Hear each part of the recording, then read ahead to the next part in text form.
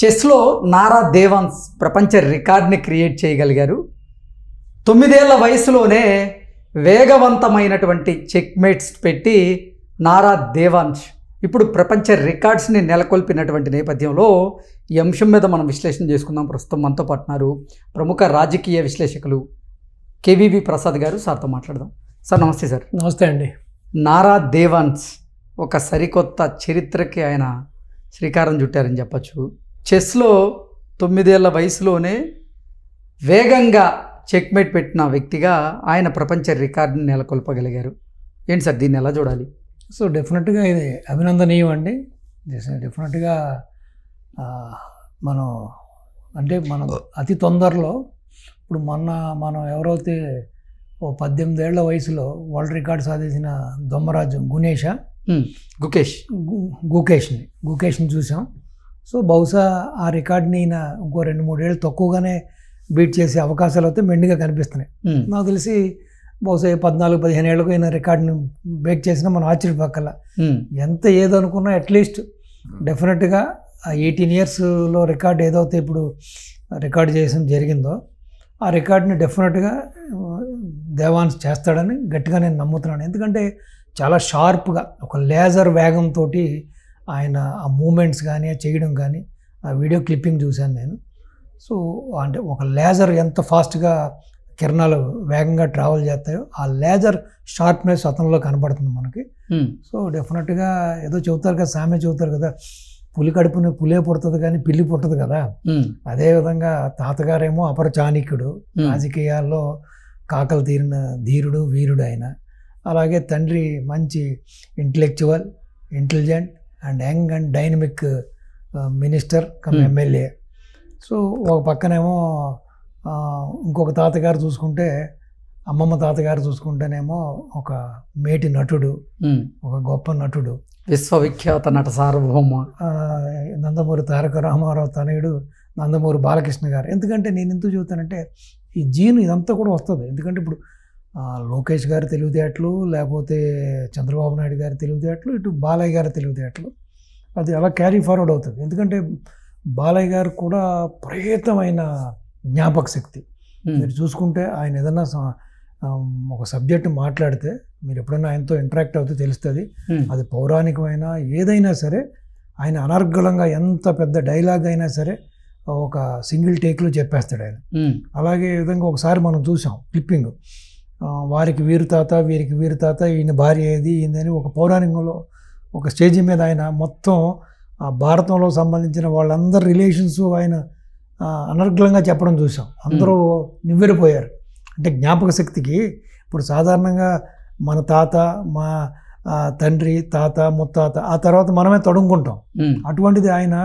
So కాబట్టి ఏంటంటే డెఫినెట్గా ఆ ఎమ్స్ అన్నిటిని కూడా పుణుకుపుచ్చుకున్నాడు. కాబట్టి ఆయన ఈ రికార్డు చేయడం అన్నది, ముత్తాత ముఖ్యమంత్రి, ఒక తాత ముఖ్యమంత్రి, నాన్న మంత్రి, ఇంకొక తాత ఎమ్మెల్యే, ప్రముఖ నటులు, నందమూరి అదే బసవతారకం దానికేమో హాస్పిటల్కి చైర్మన్ ఆయన. సో ఏం చెబుతా అంటే ఇప్పుడు సాధారణంగా ఈ యొక్క ఇది మాత్రమే కాకుండా అప్పుడు 175 మూవ్స్లో అంత ఫాస్ట్గా చేయడం అంటే దగ్గర 5334 ఆ సంకల్పాలను చేసుకుని దీన్ని క్రియేట్ చేశారు. దీన్ని ఆ 175 మూవ్స్ని కూడా ఆల్మోస్ట్ ఆయన 11 నిమిషాల 59 సెకండ్లో ఫినిష్ చేశారు. ఇది కాకుండా ఇంకొక రికార్డును కూడా ఆయన ఒక 1 minute 43 secondsలో చేయడం జరిగింది. అలాగే ఇంకొక రికార్డ్ని 5 నిమిషాల్లో చేయడం జరిగింది. సో డెఫినెట్గా ఇదేంటంటే it shows it's calibre, it's strength, stamina, ఆ యొక్క ఇంటెలిజెన్స్ని మనకు క్లీన్గా కనపడుతుంది. ప్లస్ అందరూ ఆడతారు, కానీ ఇతను ఆడే విధానం ఎలా ఉందంటే ఆ షార్ప్ రేజర్ తోటి, అంటే రేజర్ కిరణాలు ఎంత వేగంగా మనం ప్రయాణిస్తాయో అలాగా ఆ లేజర్ వేగంతో ఈయన పావుల్ని కదుపుతూ ఉన్నాడు. సో డెఫినెట్గా నాకు తెలిసి అంత వేగంగా బ్రెయిన్ పనిచేయడం కూడా అసలు గొప్ప విషయం. సో డెఫినెట్గా ఇది ఒక ప్రపంచాన్ని ఒక ఆట ఆడిస్తాడు. ఇప్పుడు తాతగారు రాజకీయాల్లో ఏ విధంగా అయితే ఒక అపర చాణక్యుడిగా, రాజకీయ ధురంధరుడిగా పేరు తెచ్చుకున్నాడు, అలాగే తండ్రి గారు కూడా ఈజ్ ప్రూవెన్. పప్పు అంటే పప్పు కాదు, నేను నిప్పు అని చెప్పి, అగ్ని బరాట అని చెప్పి ఆయన ప్రూవ్ చేసుకున్నాడు. అలాగే ఇంకొక తాతగారు సినిమా రంగంలో ఈ రోజు కూడా ఆల్మోస్ట్ ఒక రారాజులాగా విలసిల్లుతున్నాడు ఆయన. ఈ వయసులో కూడా ఆయన ప్రతి సినిమా ఈ మధ్యకాలంలో వచ్చింది, ప్రతిదీ 100 days ఆడుతుంది. ప్రతి సినిమా కూడా ఒక మంచి సందేశంతో కూడింది, ఒక మంచి సినిమాలు వస్తూ ఉన్నాయి ఆయనకి. ఆయన ఇంకా ఈ వయసులో కూడా ఇంకా రోజు రోజుకి ఫ్యాన్ బేస్ పెరుగుతుంది కానీ తగ్గట్లేదు. సో మరి అటువంటి కుటుంబం నుంచి వచ్చిన దేవాన్సు ఇంత చిన్న వయసులోనే ఈ విధంగా మరి చేయడం అనేది నిజంగానే అబ్బురపరిచే విషయం. సో డెఫినెట్గా ఏంటంటే ఇప్పుడున్న ప్రస్తుత తల్లిదండ్రులకి నేను చెప్పదలుచుకుంది ఏంటంటే, ఇప్పుడు ఎంత లెగసీ ఉన్న కుటుంబం నుంచి వచ్చిన ఒక కుర్రోడు ఎంత కష్టపడి ఎంత శ్రమ చేసి ఆ రాయల్ చెస్ అకాడమీ ద్వారా వాళ్ళు పిండేస్తారు మనిషిని పట్టుకుని. అసలు వాళ్ళు అంత కఠోరమైన పరిశ్రమ చేపిస్తారు. మరి ఇంత కఠోర పరిశ్రమకు కూడా ముందుకొచ్చిన తల్లిదండ్రులు కానీ ప్లస్ కుటుంబ సభ్యులు కూడా దాన్ని ప్రోత్సహించడం అన్నది కూడా చాలా గొప్ప విషయం. ఇప్పుడు మనం చాలామంది తల్లిదండ్రులను చూస్తున్నాం, పిల్లలు ఆడిందే పాట పాడిందే పాట పళ్ళంటూ వాళ్ళ ఇష్టానుసారం వదిలేసేసి ఒబిసిటీ తోటి వాళ్ళు అడిగిన జంక్ ఫుడ్లు ఫాస్ట్ ఫుడ్లు పెట్టి, లేకపోతే ఒక శారీరక శ్రమ లేకుండా ఈ విధంగా నువ్వు బెనిఫిట్ షోకి తీసుకెళ్తావో లేదా, అది 3,000 అయినా 5,000 అని చెప్పి సినిమాకి తీసుకెళ్ళడం, ప్రాణాలు కోల్పోయిన సంఘటనలు కూడా మనం చూసినప్పుడు. అల్లు బన్నీ సినిమా పుష్ప 2కి ఒక కుటుంబం అన్యాయంగా బలైపోయింది. తల్లి చనిపోయింది, అబ్బాయి ఏమో ఆ తొక్కులాట్లో ఆక్సిజన్ అందక బ్రెయిన్ డెడ్ అయిపోయి కూర్చున్నాడు. సో ఇటువంటి పరిస్థితుల్లో ఎంత లెగసీ వచ్చి, ఒక పక్కన తాతగారు ముఖ్యమంత్రి, ఒక పక్కన తండ్రి మంత్రి, ఒక తాతగారు ఎమ్మెల్యే ప్లస్ బసవతారకం చైర్మన్, ఒక పెద్ద ప్రముఖ నటుడు. సో అబ్బాయి దగ్గర లేని డబ్బులా, లేకపోతే ఆ కుటుంబం దగ్గర లేని ఆస్తులా, లేకపోతే ఆ కుటుంబం దగ్గర లేని సుఖాలా? మరి అంటే చూడండి, తల్లిదండ్రులు ప్రోత్సహించే విధానం, తాత నాయనమ్మలు ప్రోత్సహించే విధానం, ఇటు అమ్మమ్మ ఈ తాతయ్య ప్రోత్సహించే విధానం చూడండి. అంటే ఈ నారా దేవాన్స్ విషయంలో ఒక్క నారా కుటుంబం నందమూరి కుటుంబమే ఆనందపడటమే కాకుండా ఈ రోజున మన ప్రతి తెలుగువాడు కూడా ఆనందపడుతున్నాడు, ప్రతి తెలుగువాడు కూడా అబ్బురపడుతున్నాడు. కానీ దీని నుంచి తల్లిదండ్రులు నేర్చుకోవాల్సిన విషయం ఏంటంటే, పిల్లలకి ఏదైనా ఒక విషయాన్ని ఈ విధంగా దాని మీద ఒక విషయం మీద ఆసక్తి కల్పించి దిశగా వాళ్ళకు ఒక ట్రైనింగ్ ఇప్పించి వాళ్ళని ఈ విధంగా తీర్చిదిద్దుకోవడం అనే దానికి ఈ రోజున దేవాన్స్ యొక్క ఎపిసోడే ఫైనెస్ట్ ఎగ్జాంపుల్. 30,000 రూపాయలు కష్టపడి జీతం తెచ్చుకునేవాడు 12,000 రూపాయలు ఖర్చు పెట్టి 4 టికెట్లు కొనుక్కుని అంత ఆగమేఘాల మీద అర్ధరాత్రి గడి బెనిఫిట్ షోలు చూసి ప్రాణాలు పోగొట్టుకోవాల్సిన గత్యంతరం ఏమొచ్చిందని పిల్లలు అడుగుతారు. పిల్లలకు తెలియని వయసు అది. ఎస్, బన్నీ ఫ్యాన్ అయినా, తారక్ ఫ్యాన్ అయినా, ఇంకొక ఎక్సో వై ఎవరి తారకైనా అది తల్లిదండ్రుల బాధ్యత. అది విడమర్చి చెప్పి, ఇప్పుడు కాదమ్మా, 2వ రోజున వెళ్దాం, 3వ రోజున వెళ్దాం, లేకపోతే 4 రోజుల తర్వాత వెళ్దాం, వారం రోజుల తర్వాత వెళ్తాం, లేకపోతే నీకు స్కూల్ లేనప్పుడు వెళ్దాం అని చెప్పుకోవాలి. కానీ ఈ విధంగా పిల్లలు ఆడిందే ఆట పాడిందే పాట అన్నట్టుగా పిల్లలు చెప్పినట్టు ఆడడం కాకుండా ఈ రోజున దేవాన్స్లో ఉన్న ఆ యొక్క ఆసక్తిని, అతను వరల్డ్ వైడ్ ఉన్న ఈ చెస్ ప్లేయర్స్ ఎవరవుతున్నారో వాళ్ళందరినీ స్ఫురణ తీసుకుని తను కూడా ఆ విధంగా అవ్వాలనుకున్న దానికి తల్లిదండ్రులు ఏ విధమైన ఒక కఠోర పరిశ్రమను అతనికి నేర్పించి ఆ రాయల్ చెస్ అకాడమీ ద్వారా ఈ రోజున తీర్చిదిద్ది ఈ రోజున యావత్ ప్రపంచం ఆశ్చర్యపోయేలాగా 9 ఏళ్ల కుర్రవాడు ఇంత ఘనమైన రికార్డుని సాధించాడని అందరూ కొనియాడుతుంటే నిజంగానే అది చంద్రబాబు నాయుడు గారికైనా, లోకేష్ గారికైనా, ఇటు బాలకృష్ణ గారికైనా, బ్రహ్మణి గారికైనా, ఎవరికైనా కుటుంబ సభ్యులందరికీ కూడా ఇది ఒక గర్వకారణం, ప్రైడ్ మూమెంట్. ఆ విధంగా కూడా ప్రతి తల్లిదండ్రులు కూడా వాళ్ళ బిడ్డల్ని, సపోజ్ క్రికెట్ మీద ఆసక్తి ఉంటే ఎస్, కఠోరమైన పరిశ్రమ చేయించండి పిల్లోడి చేత.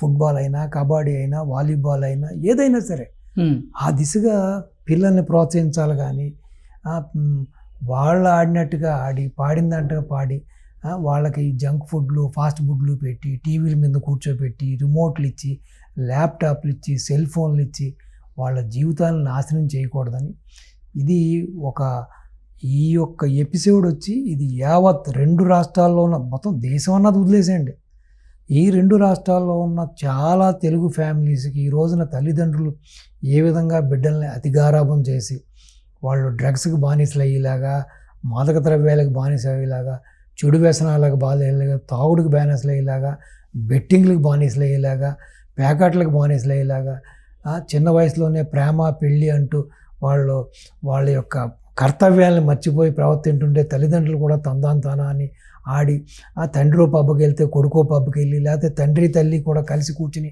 తాగి తందనాలు ఆడుతున్న ఈ తరుణంలో దేవాంశ్ ఎపిసోడ్ని ఒక్కసారి మనం సున్నితంగా క్షుణ్ణంగా పరీక్షిస్తే, ఇప్పుడు అంత అష్టైశ్వర్యాలు ఉన్న ఒక బిడ్డ అంత కష్టపడి అంత మేధోమదనం చేసి అంత ఒక షార్ప్ మైండ్ తోటి ఒక లేజర్ వేగంతో ఆ యొక్క గేమ్ ఆడుతున్నాడంటే మరి వెనకాల తల్లి తండ్రి ఆ కుటుంబం ప్రోత్సాహమే కదా. అంటే ఏ విధంగా తీర్చిదిద్దుకున్నారు, అతను గారావం చేయలేక, అతను అడిగిన ఫుడ్ పెట్టలేక, లేకపోతే అడిగిన వస్తువు కొనుగోలేక, అడిగిన ప్రదేశానికి తీసుకెళ్ళలేక, అన్నీ ఉన్నా కూడా అతన్ని ఆ విధంగా అతన్ని ఎంకరేజ్ చేసి ఈ రోజున తీర్చిదిద్దారంటే ప్రతి వాళ్ళు ఆలోచించాలి. మనం బిడ్డల్ని ఎలా కరణం ముఖ్యం కాదండి, కరణం అన్ని జంతువులు కూడా కంటాయి.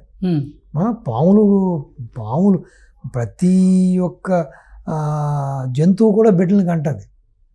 కానీ ఒక మానవ జన్మ ఎత్తిన తర్వాత మనకంటూ విచక్షణ ఉంది, మనకంటూ ఒక విధానం ఉన్నప్పుడు మనం మన బిడ్డల్ని ఏ విధంగా తీర్చిదిద్దుకోవాలి, మన బిడ్డల్ని ఏ విధంగా మనం ఒక మలుచుకోవాలనేది శిల్పి అండి. తల్లిదండ్రులు అనేవాళ్ళు ఒక శిల్పి అండి.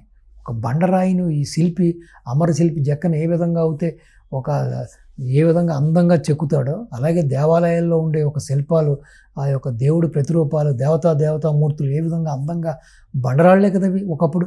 ఆ బండరాయిని ఆ శిల్పి ఆ యొక్క జ్ఞాన దృష్టితో చూసి, ఆ మనో దృష్టితో చూసి ఏ విధంగా ఒక అందమైన ఒక దేవతామూర్తులుగా చెక్కుతున్నాడో, మన బిడ్డలను కూడా మన బిడ్డలకు మనమే ఆర్కిటెక్ట్స్, మన బిడ్డలకు మనమే శిల్పులు. కాబట్టి మన బిడ్డల్ని మనం ఏ విధంగా మలుచుకుంటామో, వాళ్ళని ఏ విధంగా మోల్డ్ చేసుకుంటామో. ఇప్పుడు మట్టి ఉంటుందండి, మట్టి దాన్ని తీసుకుని పిసికి నీళ్లు పోసి ముద్ద చేసి దాన్ని వివిధ ఆకృతుల్లో మన వినాయకుడి బొమ్మ చేస్తాం, వినాయక చవితి చక్కటి దేవతామూర్తి తయారవుతుంది. అదేవిధంగా బిడ్డలు కూడా అంతే.